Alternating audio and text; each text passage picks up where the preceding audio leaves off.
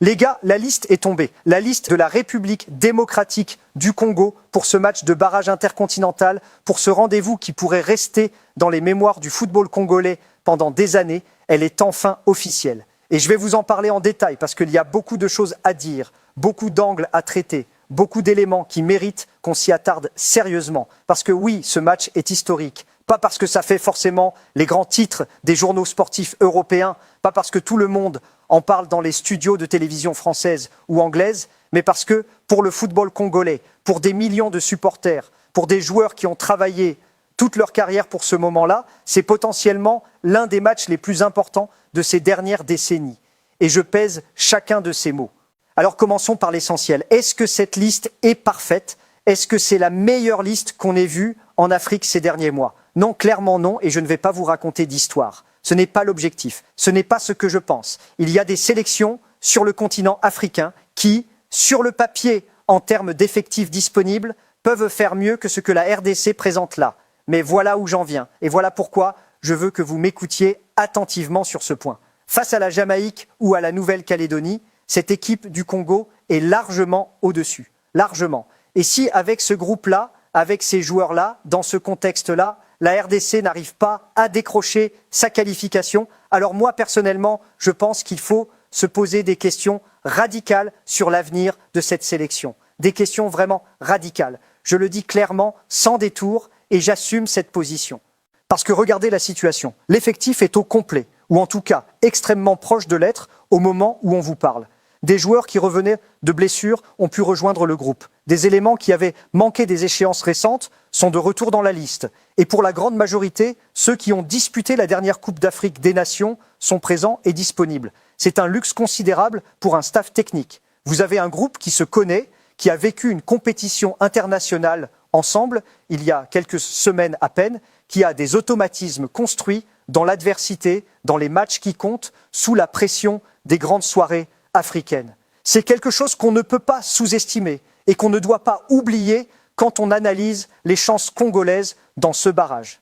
Maintenant, parlons de l'adversaire. Parce qu'on sait déjà que ce sera très probablement la Jamaïque qui sortira de l'autre demi-finale face à la Nouvelle-Calédonie. L'inverse serait une surprise considérable, une vraie anomalie dans le contexte actuel du football mondial. La Jamaïque, c'est une équipe sérieuse. Ce n'est pas une équipe qu'on peut balayer d'un revers de main ou aborder avec des involtures.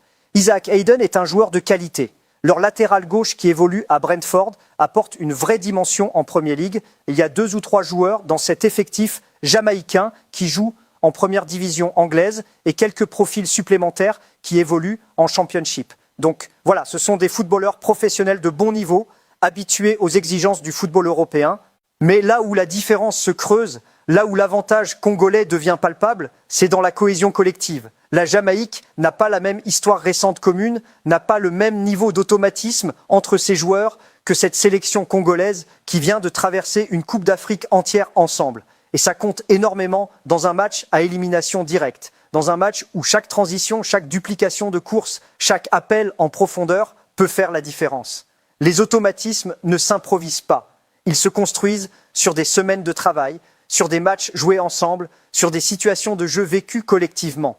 Et le Congo en a accumulé davantage que la Jamaïque dans la période récente. Maintenant, parlons de cette Coupe d'Afrique des nations congolaises. Parce qu'il y en a beaucoup qui ont été sévères, beaucoup qui ont tiré à boulet rouge sur cette sélection après son élimination.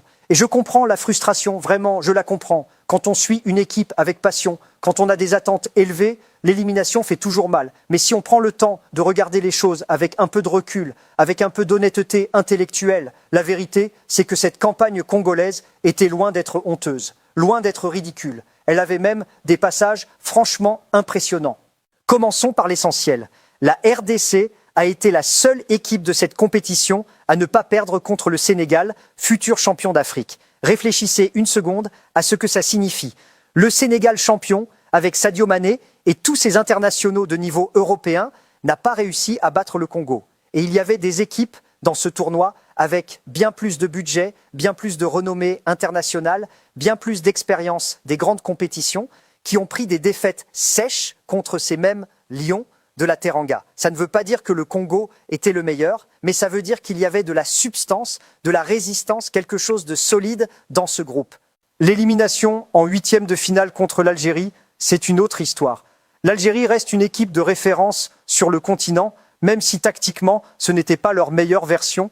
Et ce qui a scellé le destin du Congo dans ce match, c'est un exploit individuel pur, un but extraordinaire de Boulbina, le genre de réalisation que le gardien le plus en forme du monde ne peut pas arrêter. Il faut avoir cette honnêteté. Le gardien congolais était en forme ce soir-là, il avait réalisé un bon match globalement et il pouvait absolument rien faire sur cette frappe. Ce sont ces moments-là qui décident des matchs et des compétitions, pas forcément les plans tactiques ni les hiérarchies sur le papier. Sur Wan-Bissaka, encore un joueur qu'on a beaucoup critiqué après le match contre l'Algérie, notamment sur l'action où il s'est fait dépasser par Boulbina en fin de rencontre. Mais resituons les choses dans leur contexte. D'une part, ce joueur disputait sa première Coupe d'Afrique des Nations et sur l'ensemble du tournoi, il a livré des prestations de très bon niveau. D'autre part, Boulbina venait de rentrer en jeu, il était frais, il avait les jambes légères, là où Wan-Bissaka approchait les 122 minutes de jeu.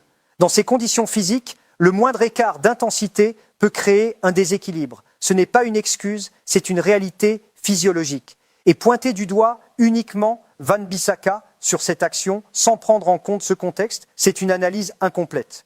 La charnière centrale Mbemba, avec son partenaire, a été globalement au niveau lors de cette CAN, c'est une réalité. Ils ont rarement été pris en défaut, ils ont été compacts, lisibles, efficaces dans les interventions. C'est une donnée positive sur laquelle le staff peut s'appuyer avec confiance pour ce barrage. Le point d'interrogation reste le couloir gauche, avec les performances en demi-teinte de Masuaku et de Kembe lors de la dernière compétition. Masuaku a très peu de temps de jeu en club en ce moment, ce qui pose forcément des questions sur sa condition physique et sa capacité à tenir un haut niveau sur 90 minutes. Kembe, lui, si sa récupération physique est complète, si les informations qu'on a sont exactes, semble être le choix le plus logique pour débuter dans ce couloir. Un joueur qui est à 100% de ses capacités vaut toujours mieux qu'un joueur renommé qui manque de rythme. Et je pense que le staff le sait.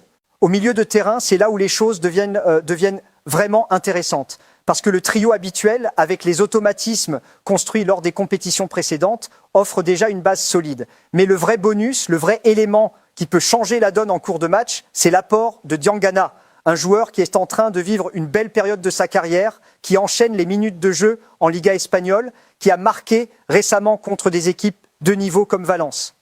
Ce n'est pas anodin. Quand vous avez un joueur qui évoluait dans un championnat intermédiaire et qui confirme maintenant dans l'une des meilleures ligues d'Europe, c'est que quelque chose a changé dans son rapport au jeu, dans sa confiance, dans sa régularité. Ce profil-là peut apporter une dimension supplémentaire, surtout en deuxième mi-temps, quand les espaces s'ouvrent et que la vitesse de décision devient primordiale.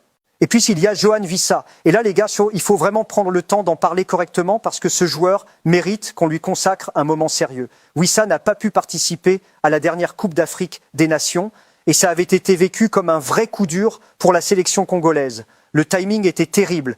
Il venait d'arriver à Newcastle, il se blesse et son club, en pleine saison de Premier League, avec des enjeux considérables, préfère qu'il reste se soigner plutôt que de rejoindre directement la compétition africaine. C'est l'éternel dilemme entre club et sélection. Et les joueurs africains en particulier en font souvent les frais. Mais voilà où on en est maintenant. Wissa est revenu de sa blessure. Et en l'espace de 3 mois, avec très peu de temps de jeu, il est déjà à 3 buts et une passe décisive, dont un match en Ligue des Champions contre le PSV Eindhoven, où il a été absolument remarquable, avec une participation directe à la victoire de son équipe. Un joueur qui sort un tel niveau en Ligue des Champions, au créneau le plus exigeant du football européen, après une blessure, avec peu de temps de jeu accumulé, c'est un joueur qui est dans une forme mentale et physique exceptionnelle. Ce genre de joueur ne se surveille pas, ne se raisonne pas, il se lâche. Il produit spontanément. Et ce type de profil, entrant en deuxième mi-temps, quand les défenseurs jamaïcains commencent à accuser la fatigue et les distances entre les lignes se creusent, c'est un luxe absolument considérable.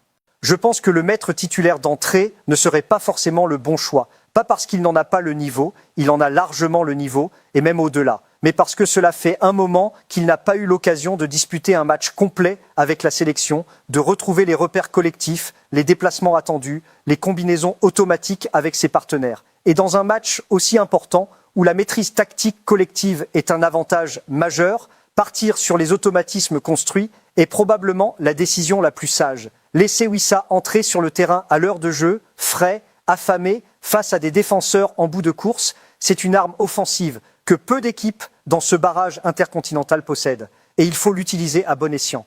Pour l'attaque en général, ce trio de départ qui associe les éléments ayant le plus de complicité entre eux, qui ont joué ensemble pendant la CAN et qui se connaissent les yeux fermés, c'est la pierre angulaire de ce dispositif offensif. La complémentarité, le sens du mouvement partagé, la capacité à anticiper les appels de ses partenaires, tout ça se construit dans le temps et dans la répétition. Et l'équipe jamaïcaine, quelles que soient ses qualités individuelles, n'a pas ce niveau d'harmonie collective à opposer aux Congolais. Maintenant, il faut aussi prendre du recul et replacer tout ça dans son contexte historique. Parce que ce parcours de la RDC, depuis les éliminatoires jusqu'à ce barrage en passant par la CAN, c'est quelque chose qui mérite d'être célébré et reconnu à sa juste valeur. La victoire contre le Cameroun dans les éliminatoires, c'était déjà un signal fort. Le Cameroun, malgré tout ce qu'on peut dire sur leur régularité ces dernières années, reste une référence africaine, une nation du football continental avec une culture et une tradition qui imposent le respect. Éliminer une telle équipe, ce n'est pas anodin. Ça demande de l'organisation, de la discipline, de la concentration. Et le Congo l'a fait. La victoire contre le Nigeria ensuite, dans ce contexte des éliminatoires, c'est peut-être encore plus parlant, parce que le Nigeria a terrorisé absolument tout le monde lors de la dernière CAN. Ils ont été la bête noire de la compétition, l'équipe que personne ne voulait affronter, celle qui faisait peur dans tous les groupes, dans toutes les discussions d'avant-match. Et le Congo a réussi à les éliminer, à les battre sur le terrain, en produisant du jeu, en trouvant des solutions. Ça ne se fait pas par accident, ça ne se fait pas par chance, ça demande une vraie équipe, un vrai projet collectif, une vraie ambition partagée par un groupe. Et la double confrontation avec le Sénégal en phase de groupe, avec ce match nul qui reste le seul résultat non défavorable concédé par les Lions de la Teranga dans ce tournoi, c'est la cerise sur le gâteau de cette lecture objective du parcours congolais. Des équipes avec des budgets bien supérieurs, avec des joueurs bien plus médiatisés, avec bien plus de ressources économiques, ont pris des claques face à ce même Sénégal. Le Congo a tenu. Et tenir contre une telle équipe, dans un tel contexte, c'est une performance en soi. Ce que tout ça révèle, c'est quelque chose que le football africain attendait depuis longtemps de la part de la RDC. Une régularité, une stabilité dans les performances et dans les résultats. Depuis 20 ans que je suis le football africain de près, je ne me souviens pas d'avoir vu une sélection congolaise avec cette continuité dans le niveau de jeu, dans la construction d'un projet cohérent, dans la capacité à aligner des résultats positifs contre des adversaires de référence sur le continent. Et c'est précisément cette régularité qui mérite aujourd'hui d'être récompensée par une qualification en Coupe du Monde. Ce serait mérité, vraiment mérité. Pas parce que le Congo est la meilleure équipe du monde, pas parce que leurs joueurs sont les plus brillants individuellement, mais parce qu'ils ont construit quelque chose de sérieux sur la durée, parce qu'ils ont montré qu'ils avaient les ressources mentales et collectives pour tenir face aux grandes équipes, et parce que le football congolais, avec ses millions de supporters, avec sa passion, avec son histoire, mérite d'être représenté sur la scène mondiale.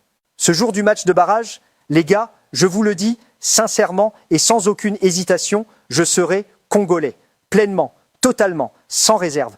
Je veux voir cette équipe décrocher sa qualification. Je veux voir ces joueurs vivre ce moment. Je veux voir les supporters congolais exploser de joie. Et plus largement, dans ces barrages intercontinentaux, on veut des équipes africaines qui franchissent ce cap. On veut que l'Afrique soit représentée à la Coupe du Monde par des équipes qui ont mérité leur place, qui ont souffert pour l'obtenir et qui peuvent aller montrer de quoi elles sont capables sur la plus grande scène. Le Congo peut être l'une de ces équipes. Tous les ingrédients sont là. Le groupe est cohérent. Les joueurs sont motivés, l'adversaire est prenable. Et l'élan de cette CAN, malgré les critiques, donne une dynamique positive qu'il serait dommage de ne pas exploiter. La balle est dans le camp congolais. Et sur Ballon Viral, on sera là pour suivre tout ça avec vous, pour analyser, pour débattre, pour célébrer quand ça le méritera. On se retrouve très bientôt.